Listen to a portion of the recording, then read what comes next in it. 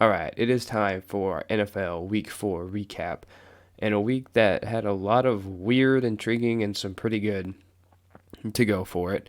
A couple of things I want to mention before I get into the recap. When I make these, I mainly watch NFL Red Zone every week whenever, to watch football, and then like the Chiefs game, and then if there's a really big game of the week, I'll watch it. Like obviously Thursday night, Sunday night, Monday night Chiefs games, like I'll watch those in full.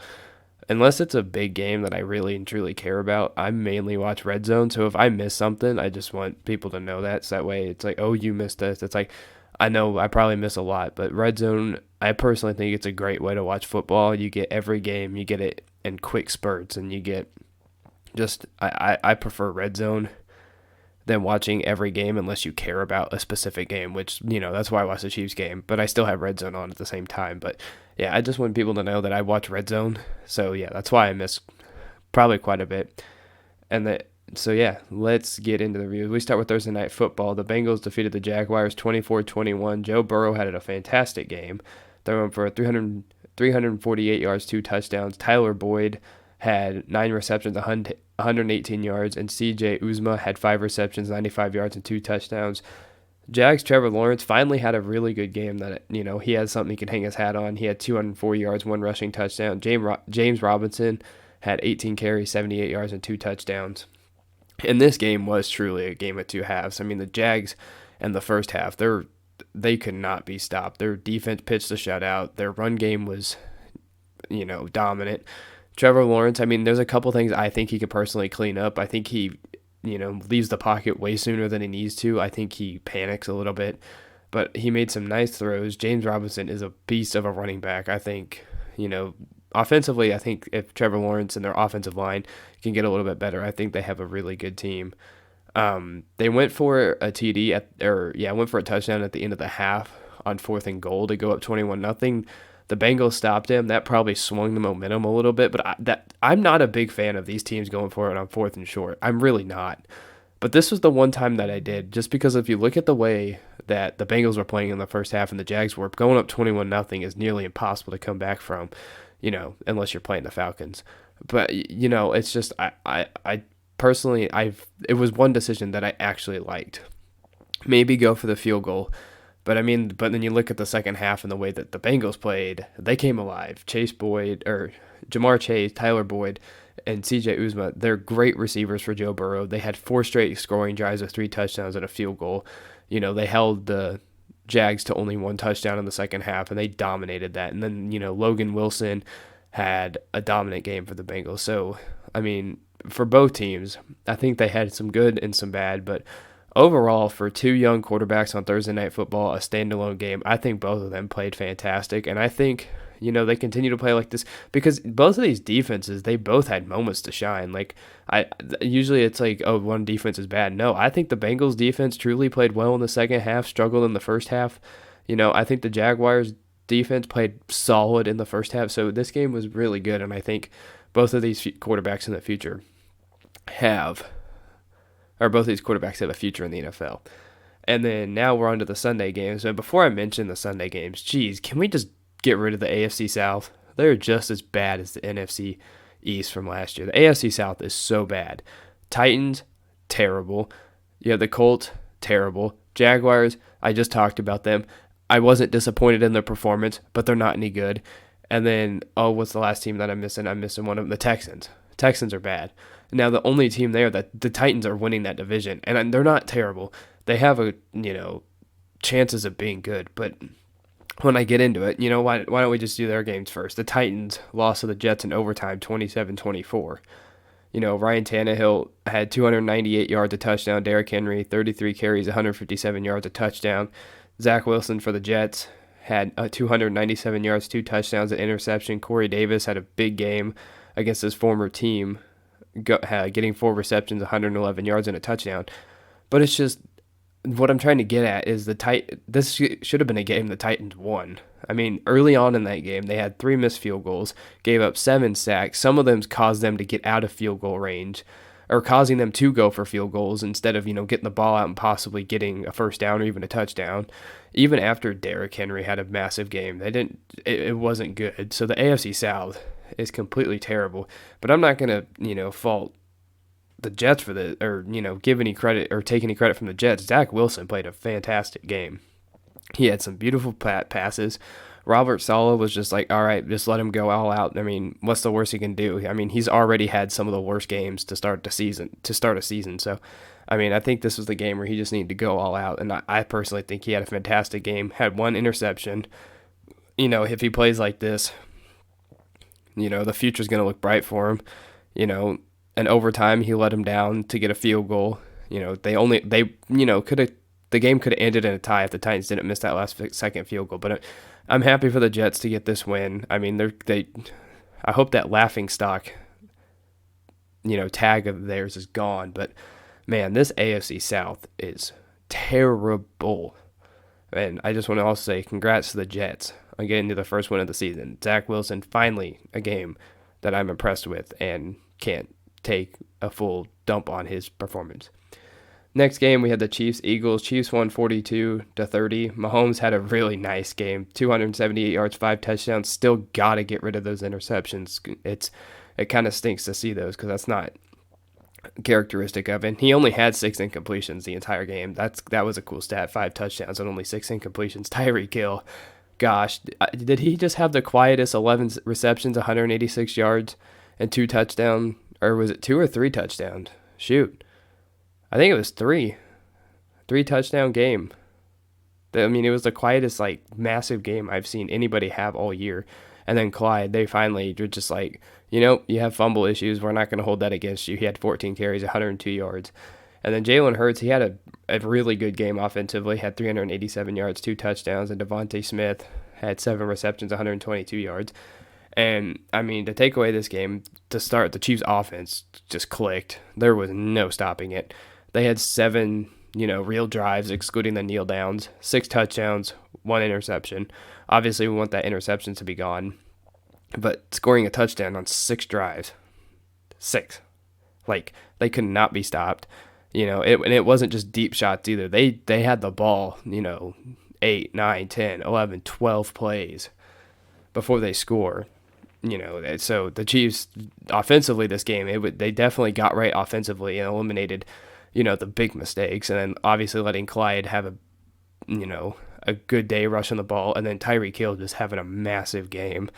I heard people, they were just like, oh, we expect it. And I'm just like, come on, that's not fair. But yeah, offensively it's good. Their defense is still bad. Chiefs defense needs work. I mean, they held them to field goals, which is a start.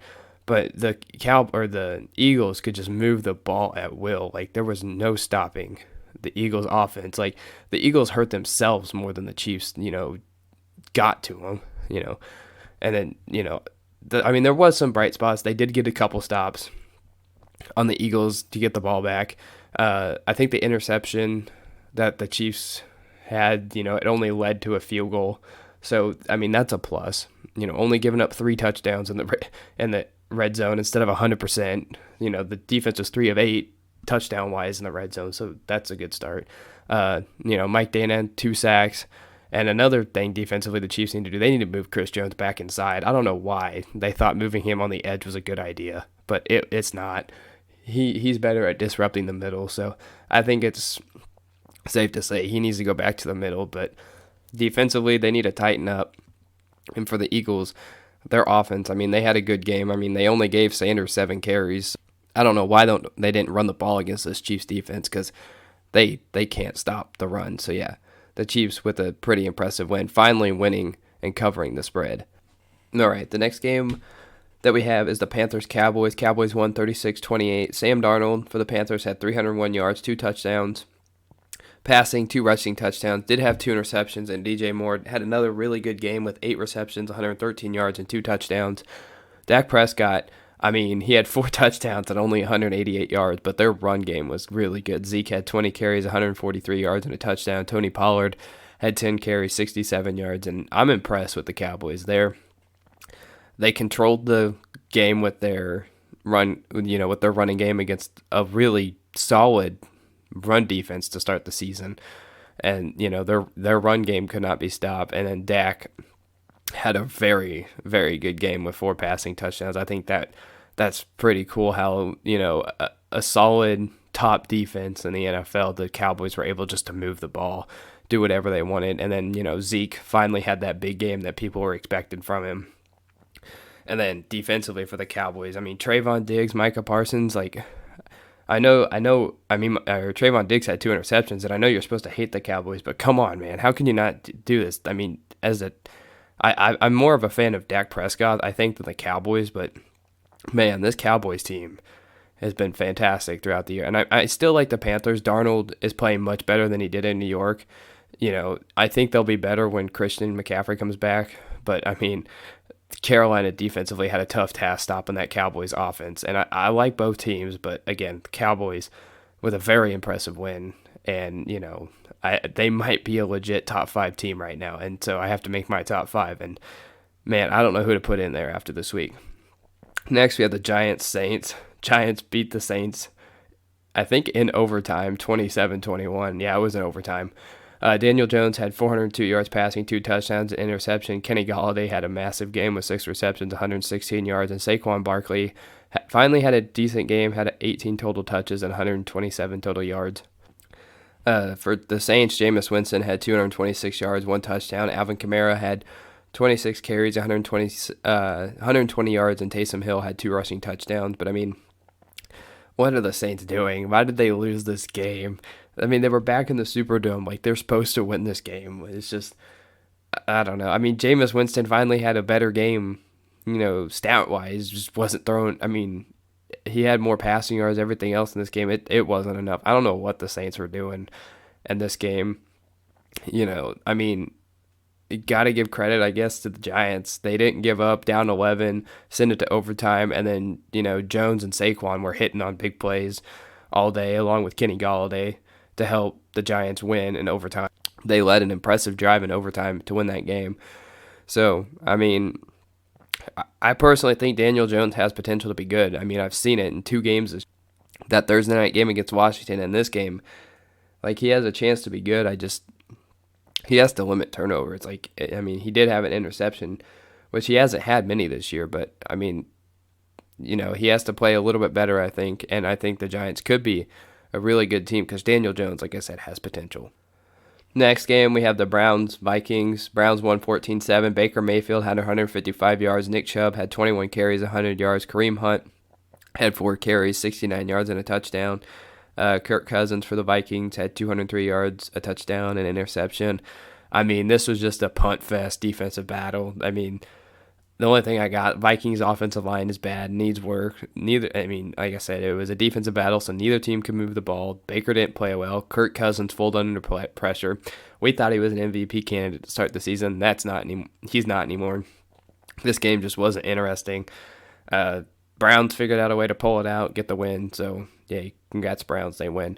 Next, we have the Bears-Lions. Bears won 24-14. Jared Goff had 299 yards, 2 touchdowns. Bears' Justin Fields had 209 yards, an interception. And David Montgomery had 23 carries, 106 yards, 2 touchdowns. And Darnell Mooney had 5 receptions for 125 yards. I mean, what's there to say? I mean, first thing, Chiefs legend Damian Williams had a touchdown in this game. Awesome. But Justin Fields looked very good today. He was put in a much better situation. I think he just needs to start. I don't know what else to say. Like, everybody's saying it. I'm saying it. Everybody. Just start the dude.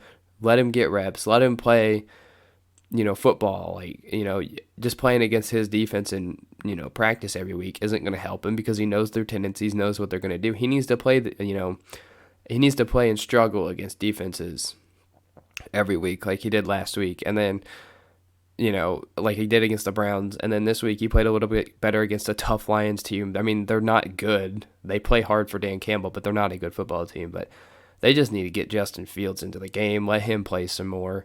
And, I don't know what they're doing. Andy Dalton's not their future quarterback, so I don't know why they're doing it. I think he can be a great leader, mentor for Fields, but just play the dude. It's getting old, this whole, if he's not injured, just play Justin Fields. It's simple as that. Next, we have Texans-Bills. Bills dominated 40-0. Davis Mills couldn't do anything, had 87 yards passing and 4 interceptions. Bills' Josh Allen had 248 yards, 2 touchdowns, an early interception that didn't really matter. Devin Singletary had 14 carries, 79 yards, and Zach Moss had 14 carries, 61 yards, and a touchdown. I mean, this was basically just a tune-up game for next week against the Chiefs. I mean, if you look at week 1 and their loss, that game doesn't count. The Steelers are absolutely nothing, and the Bills were really good. They're a legit team. They're the hardest team to beat in football, if you ask me. They've only given up 21 points in 3 games. And for the Texans, I feel bad, but yeah, that team has nothing going for them. But yeah, the Bills have been awesome this year, and their defense, shout out to their defense. It's been a tough one this year to do anything on. Next, we have another sleeper of a game. We have the Colts-Dolphins. Colts won 27-17. Carson Wentz had 228 yards, 2 touchdowns. Jonathan Taylor had 16 carries, 103 yards, and a touchdown. Dolphins, Jacoby Brissett had 199 yards, 2 touchdowns. I mean, these teams are bad. I didn't watch this game. Like I said, I watched Red Zone, so this is a game I didn't really keep up with, didn't care. All I have to say is, Jonathan Taylor, I think he's a great quarterback, but who cares about this game? Both teams are terrible. Falcons, Washington. Washington won 34-30. Taylor Heineke had 290 yards, 3 touchdowns. Terry McLaurin had 6 receptions, 123 yards, and 2 touchdowns. Matt Ryan had 283 yards, 4 touchdowns. Cordell Patterson, who is a great player, had 11 total touches, 117 yards, and 2 touchdowns. The scoring was slow to start in this game, especially for Washington, but once it started, it was back and forth. Neither team would stop scoring. But, I mean, I think both teams honestly played pretty well. I mean, the Washington football team's defense had 4 sacks. It has potential to be good, but it's still not there yet. And then Heineke, his pass to McLaurin, that was beautiful. He defeated all the defenders that came his way, scored that touchdown. And then Cordell Patterson, I don't even know what to make of him. Is he a receiver, running back, kick returner, punt return? Like, is he just the best utility player in football? He can run, catch, kick return, everything.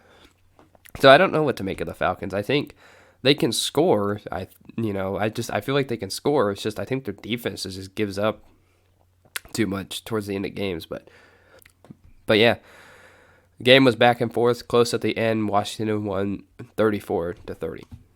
The next game we have is the Cardinals-Rams. Cardinals won 37-20. Kyler Murray, who's the current MVP favorite by a long shot, had 268 yards, 2 touchdowns. Chase Edmonds had 12 carries, 120 yards. For the Rams, the only thing they really had going was Matthew Stafford had 280 yards, 2 touchdowns, and an interception. And honestly, the Cardinals just might be a top 3, top 5, whatever team in football right now. They have the best all-around team. Their offense can't be stopped. They're fun to watch. Kyler Murray can do everything. They have 4 legit receivers in A.J. Green, DeAndre Hopkins, Rondale Moore, Christian Kirk. I mean, their defense, offensively they have weapons and running backs out the you-know-what.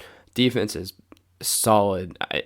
It's a great defense. It might even be a top 10 defense. And, I mean, just all around, the Cardinals have a top team. And to stop a team and to score on a team like the Rams, who have been very good throughout the year so far, who could arguably be the best team in football. They had troubles all day. They couldn't get anything going. So, I mean, the Cardinals honestly might be the top 3-5 team in football right now. So, that Cardinals win was very impressive. Next, we have the Seahawks, 49ers. Seahawks won 28-21. Russell Wilson had 149 yards, 2 touchdowns. For the 49ers, Jimmy Garoppolo did get injured, but before that, he had 165 yards, a touchdown, and interception. Trey Lance had 157 yards passing, 2 touchdowns, and Deebo Samuel had 8 receptions, 156 yards, and 2 touchdowns. And, I mean, this game was terrible. The Seahawks couldn't do anything offensively to start the game. The 49ers defense was stopping them. Then the 49ers offense literally couldn't do anything when they had the ball. I think the Seahawks are a complete mess. This game was ugly. The Seahawks are too rust dependent. And so, yeah, this game was just, I didn't like this game. This game was bad. It was ugly. I don't honestly think that right now neither one of these teams are very good. So, I mean, there was one big play, Trey Lance to Deebo, I think it was, had a nice long play. But, I mean, other than that, this game was just a dud and really bad to watch. Next, we had the Steelers-Packers. For the Steelers, Big Ben had 232 yards, a touchdown, interception. Packers For the Packers, Aaron Rodgers had 248 yards, 2 touchdowns. A.J. Dillon had 15 carries, 81 yards. And Randall Cobb with a big game with 5 receptions, 69 yards, and 2 touchdowns. And I mean, for the Packers, the only thing really that they need to fix is their offensive line. It needs to be a little bit better, because they did get home on Aaron Rodgers a little bit too much. And then when David Bakhtiari comes back, they'll get better. But God, how many weeks in a row can we make fun of the Steelers? They're so bad. Their fourth down play calling is terrible. All they do is check it down to Najee Harris. When they do throw deep, Big Ben can't hit his receivers. He overthrows them on multiple occasions. It's just this team is so bad. It's bad to watch. All right, and then the next game we have the Ravens defeating the Broncos 23-7. Lamar Jackson had 316 passing yards, a touchdown. Latavius Murray had 18 carries and a touchdown. And Marquise Brown had 4 receptions, 91 yards, 1 touchdown, and did not drop a touchdown pass this week. So good job on him. For the Broncos, Teddy Bridgewater got injured with a concussion. He had 65 yards and a touchdown before he came out. Drew Lock had 113 yards and an interception. I don't think offensively the Broncos are a very good team. Defensively, I think they're great. I think defensively they can, only giving up 23 points, I think is, solid in today's NFL. But when you're playing a team like, Lamar Jackson and the Ravens who have, different ways that they'll try to beat you, running the ball, if Brown doesn't make or drop passes, I think they'll have a solid game. I didn't think that the Ravens played their best game, and obviously the Broncos didn't play their best game. But, for the, type of defense that the Broncos have, Lamar Jackson did not struggle to throw the football. I didn't think personally. He had a very solid game running or throwing the ball. And a fun stat, after the Ravens win, the Ravens have rushed for at least 100 yards in an NFL record 43 straight games. So that's kind of impressive. The Sunday night game, we had the Buccaneers defeating the Patriots 19-17 and Tom Brady's return to Foxborough to face the New England Patriots. Tom Brady had 269 yards passing, didn't have any touchdowns, didn't have any interceptions. Leonard Fournette had 20 carries, 91 yards. And for the Patriots, Mac Jones had 275 yards, 2 touchdowns, and an interception. Not going to lie, this game seemed to be overhyped at the start. But as this game kept going and it turned into a defensive matchup and just, dink and dunk and little things, it was fun for me, as the game went on. Mac Jones was awesome, 19 straight completions, had 2 great touchdown drives to the Patriots. They lost it on a last-second field goal. But maybe they should have went for it on 4th down. I don't know. He almost made the kick. It was just off to the left just a little bit.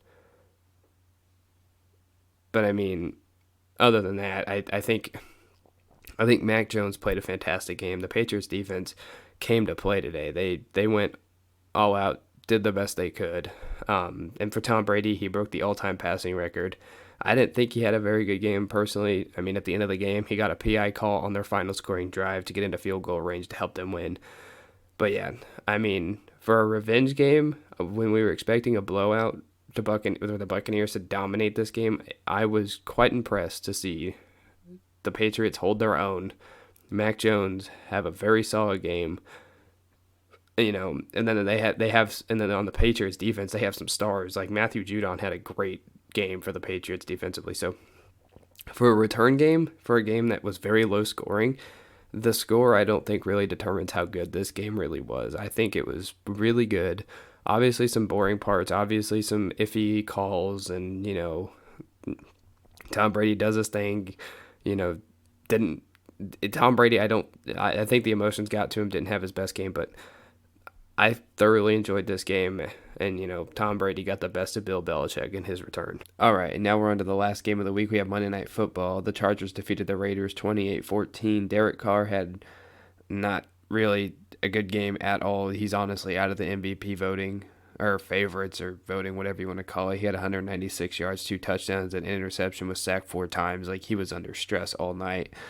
Chargers, Justin Herbert had 222 yards, 3 touchdowns. Austin Eckler had a nice game with 15 carries, 117 yards, and a touchdown. And, they say this game might be a tale of 2 halves, but, for me personally, the Raiders just played terrible all game. They only had 2 good drives that were even close to good. It was their 2 touchdown drives. Other than that, first half, they had 1 first down, more penalties than offensive yards. The only play that was even worth talking about was when Hunter Renfrow was lined up to return a punt, but the Chargers went for a fake, and Hunter Renfrow had the fake punt scouted out the entire time, and made a great great play on the ball that caused an incompletion. The Chargers just flat out dominated the first half. The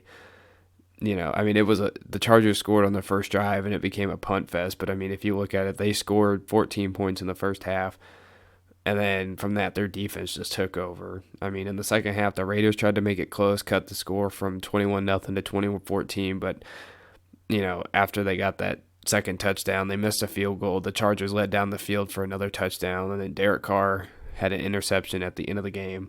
So Derwin James, that basically iced it. And so yeah, the Raiders did not play well at any aspect of the game. And the Chargers had an all-around dominant game. And then shout out to Jared Cook. I mean, I looked it up, and I think he's been in the league since 2009, but he had a monster game, coming up great for Herbert all night whenever he needed him. And so, I think the Chargers are definitely a legit team in football right now. They've beaten the Chiefs and the Raiders, two division opponents this year, beat Washington in a close game. So, they might be a legit team this year. It's this AFC West right now is looking like it's going to be a tough division. Or if you look at the Broncos and you look at the Raiders, I mean, it may have just been hot starts and they might fall off, and it's just going to be between the Chiefs and Chargers. So, yeah, it was not the best Monday Night Football game. It was really slow to start the game. It was just punt, punt, punt, punt. The Raiders had terrible play calling. I don't know what they were trying to accomplish this game. But, the game is what it is. So I guess we all have to say it's on to week 5.